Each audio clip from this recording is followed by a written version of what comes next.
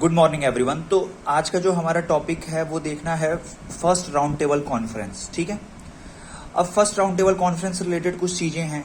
अगर हम यूपीएससी की भी बात करेंगे तो इससे ज्यादा कुछ नहीं आएगा। ठीक है, तो फर्स्ट राउंड टेबल कॉन्फ्रेंस से रिलेटेड बात क्या है, ये जो ऑर्गेनाइज हुआ था लंदन में हुआ था। ठीक है, फर्स्ट राउंड टेबल कॉन्फ्रेंस जिसकी डेट है 1 नवंबर 1932 जनवरी 1931, इसके बीच में हुई थी। अच्छा, जो इसको इनॉग्रेट किया थे वो जॉर्ज 5 थे।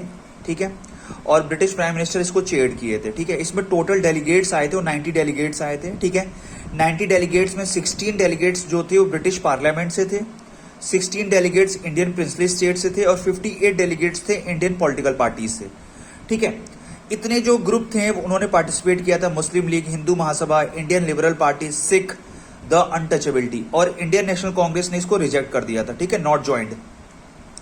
अब इसमें डिमांड क्या रखी गई थी, इसमें डिमांड जो रखी गई थी वो डिमांड थी everyone agreed that ultimate goal of all the constitutional reform is dominion status for India. ठीक है, जनरली सभी लोग मान गए थे डोमिनियन स्टेटस के लिए, एक्सेप्ट, ठीक है, एक्सेप्ट इसमें डिमांड रखी गई थी कि आप डोमिनियन स्टेटस होता क्या है, पहले तो हमें ये पता होना चाहिए। डोमिनियन स्टेटस ये होता है जैसे किसी कंट्री अगर को डोमिनियन स्टेटस दिया जाता है तो मींस उसके पास सब कुछ पावर है, लेकिन जो उसका कुछ ऐसी चीजें हैं जो किसी और गवर्नमेंट के हाथ में होती है।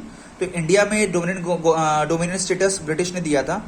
तो डोमिनियन स्टेटस के बीच में क्या क्या उनके हाथ में नहीं था, तो फाइनेंस और डिफेंस, इससे रिलेटेड जो भी चीजें थी वो ब्रिटिश जो पार्लियामेंट थे वो अपने पास रखना चाहते थे।